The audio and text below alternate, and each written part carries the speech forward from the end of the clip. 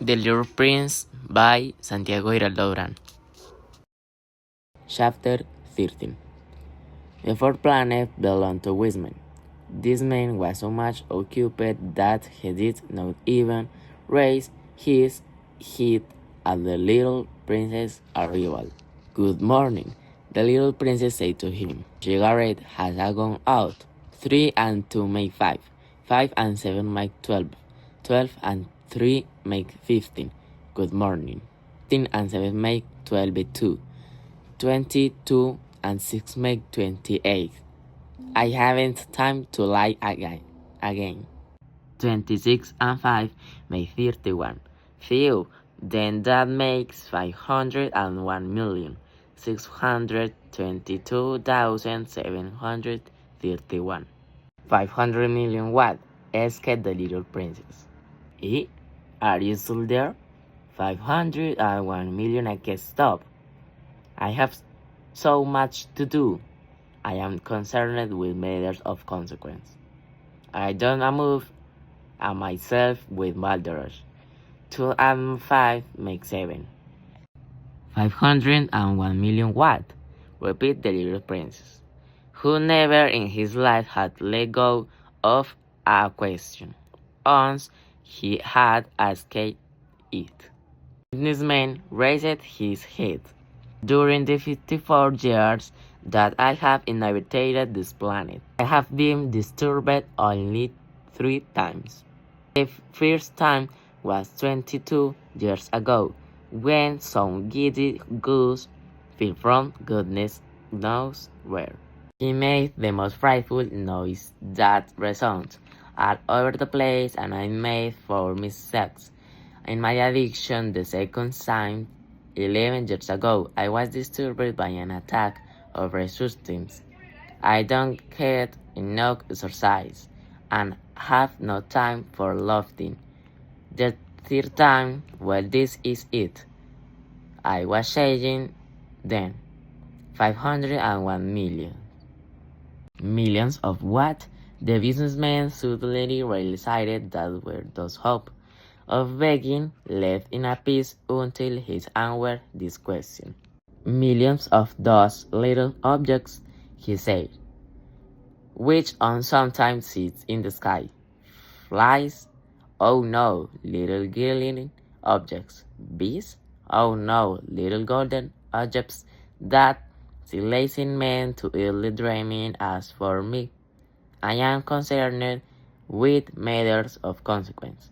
There is no time for idle dreaming in my life. Ah, you mean the stars? Yes, that's it, the stars. And what do you with 500 of stars? 501,622,631, and I am concerned with matters of consequence. I am accurate. And what do you with the stars? What I do with them? Yes. Nothing. I own them. You own the stars? Yes. But I have already seen a king who. Kings don't own the reigns over its arena a different matter. And what good does it do you own the stars? It does me good of making me rich. And what good does it do you be rich? It makes it possible for me to buy more stars, if any are discovered. This man, the little princess said to himself, reasons a little like my poor triple. Nevertheless, he still had some more questions. How is possible for one to meet the stars? To whom did they belong? The witnessman retorted previously. I don't know to nobody. They then belong to me, because I was the first person to think of it. Is that all that is necessary? Certainly. When you find a diamond that belongs to nobody, it is yours. When you discover an island that belongs to nobody, it is yours. When you get an idea before anyone else. You take out a panther, and it is yours. So with me, I own the stars because nobody else before me ever thought of owning them. Yes, that is true, said the little princess. And what do you do with them? I administer them, replied the wizard. I account them, I recount them. It's a difficult, but I am a man who is naturally interested in matters of consequence. The little prince was still not satisfied. If I unwed a silk scarf, he said, I could put it around my neck and take it away with me. I unwed a neat flower. I could pluck that flower and take it away with me, but you cannot pluck the stars from heaven. No, but I can put them in the bag. Whether does the mean? The means that write the number of my stars on a little paper, and then I put this paper in a drawer and lock it with a key, and that is all.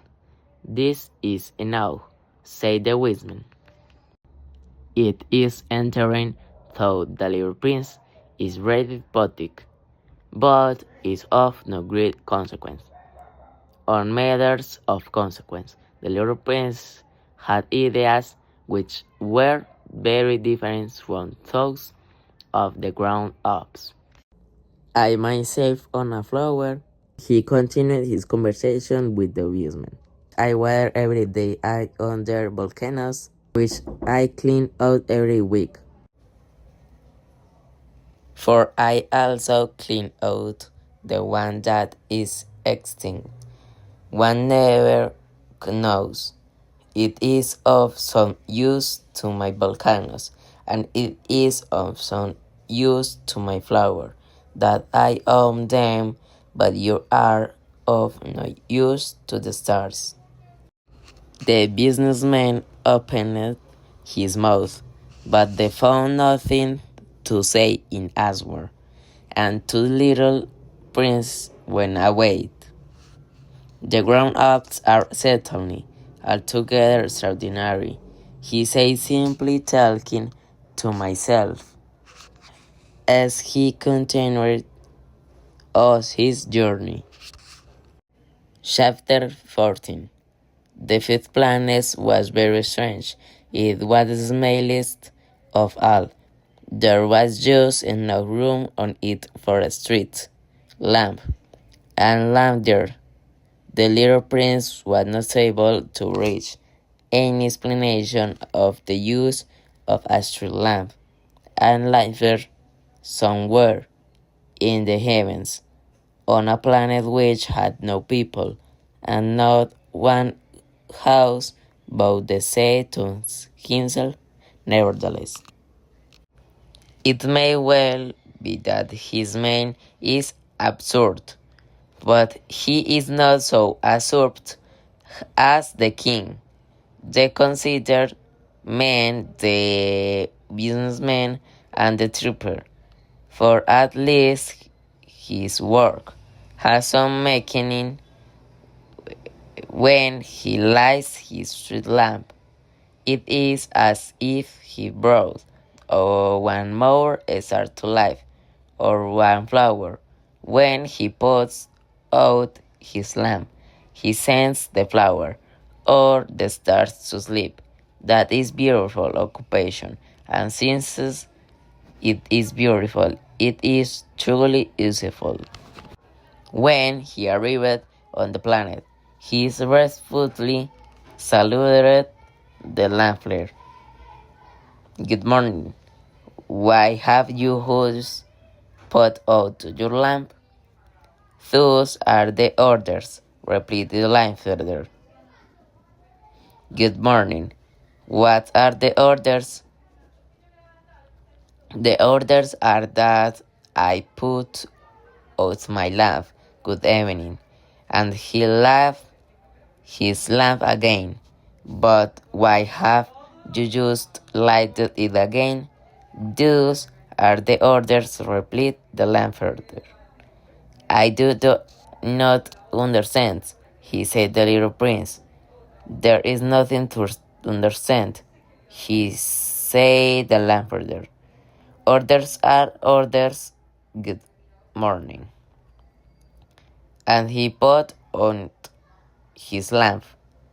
Then he mopped his forehead with a handkerchief decorated with red squares. I follow a terrible profession. In the old days, it was reasonable. I put the lamp out in the morning, and in the evening I lighted it again. I had the rest of the day for relaxation, and the rest of the night for sleep, and the orders has been changed since that time. The orders have not been changed, said the laughter. That is steady. From year to year, the planet has turned more rapidly, and the orders have not been changed. Then what? Asked the little prince. Then the planet now makes a complete turn every minute, and I no longer have a single second for repose. Once every minute I have to light my lamp and put it out. That is very funny. At this last only 1 minute. Here breathe your life. It is not funny at all, said the landlord. While we have been talking together, a month has gone by. A month? Yes, a month. 30 minutes, 30 days. Good evening. And lighted his lamp again. As the little prince watched him, he felt that he loved the laughter who was so faithful. To his orders he remembered the sunsets, which he himself had gone to seek in other days merely by pulling up his chair, and he went there to help his friend. You know, he said, I can tell you a way you can rest whenever you want to. I always want to rest, I said the landlord, but it is possible for a man to be faithful and lazy at the same time. The little prince went on with his explanation. Your planet is so small that the 3 strides will take you all day away around it. To be always in destruction, you need only walk along rather slowly. When you want to rest, you will. While at the day will last as long as you like. The don't do me much good, said the landlord.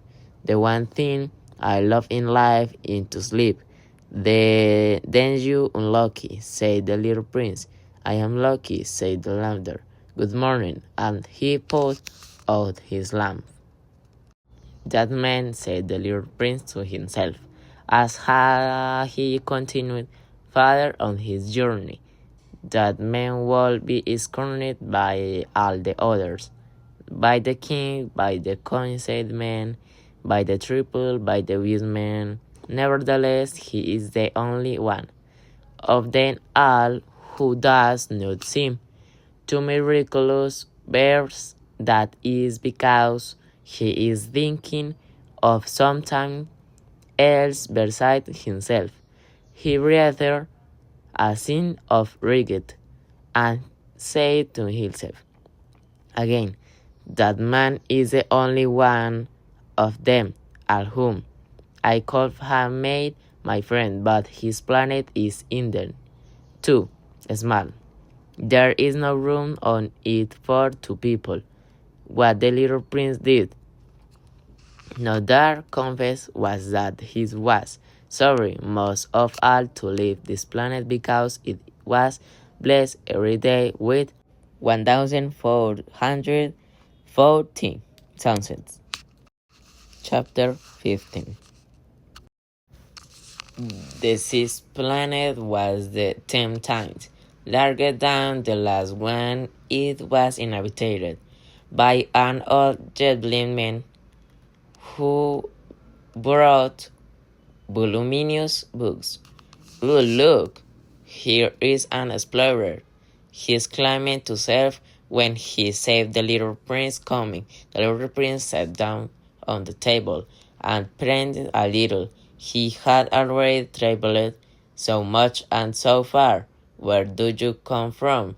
the old gentleman said to him. "What is that big book?" said the little prince. "What are you doing?" "I am geographer," said the old gentleman. "What is the geographer?" asked the little prince. "A geographer is a scholar who knows the location of all the seas, rivers, towns, mountains, and deserts." "That is very interesting," said the little prince. "Here at last is a man who has a real profession." And he cast a look around him at the planet of the geographer. It was the most magnificent and the stunning planet that he had ever seen. "Your planet is very beautiful. Has it any mountains?" he said. "I could tell you," said the geographer. "Ah," the little prince was disappointed. "Has it oceans?" "I could tell you," said the geographer. "Towns and rivers and deserts." "I can't tell you that either, but you are a geographer." "Exactly," the geographer said. "But I am no explorer. I am a single explorer on my planet. It is not the geographer who goes out count the towns, the rivers, the mountains, the seas, the oceans, and the deserts. The geography is much too important to the lodging about. He does not leave his desk, but he receives the explorers. Is his study. He asks them questions, and he notes down what they recall of their travels, and if the recollection of any one among them seem interesting to him, the geography orders an inquiry into the explorer more character. Why is that? Because an explorer who told lies will bring disasters on the books of the geographer. So would an explorer who drank too much. What is that? Asked the little prince. Because intoxicated men see double. Then the geographer would note down two mountains in a place where there was only one. "I know someone," said the little prince, "who would make a bad explorer." "That is possible." Then, when the moral character of the explorer is shown to be good, an inquiry is ordered into his discovery. One goes to see it. No, that would be too complicated, but one requires the explorer to furnish proof.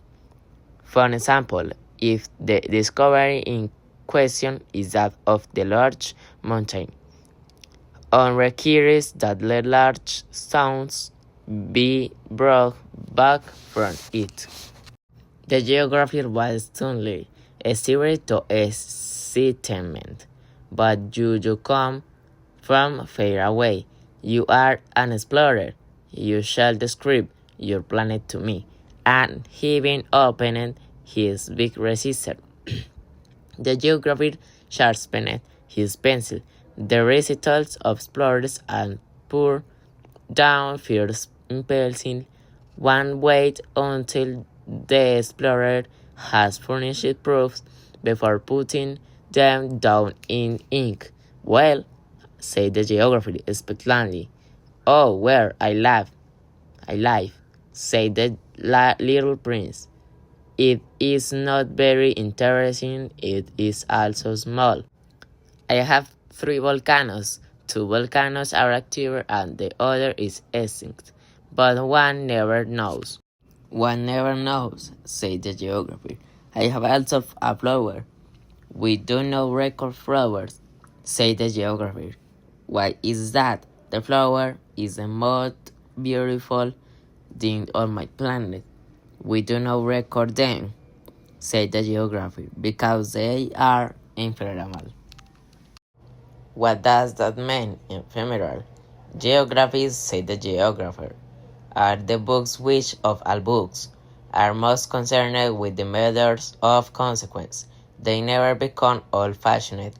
It is very rarely that a mountain changes its positions. It is very rarely that an ocean empties itself of its waters wearied of eternal things. But since volcanoes may come to life again, the little prince interpreted, ephemeral, what does that mean? Whether volcanoes are extinct or are alive, it comes to the same things for us, said the geographer. That matters to us in the mountain. It does not change the thing. But what does that mean, ephemeral? Repeated the little prince, who never in his life had let go of a question once he had asked in. It means, which is danger of speedy disappearance. Is my flower in danger of speedy disappearance? Certainly it is. My flower is ephemeral, the little prince said to himself. Against the world I have left here on my planet, all alone, and she has only 4 turns to defeat himself. But was his first moment of the regret, but he took courage once more. What place would your add decide? Me too busy now, he asked the planet Earth, replied the geographer.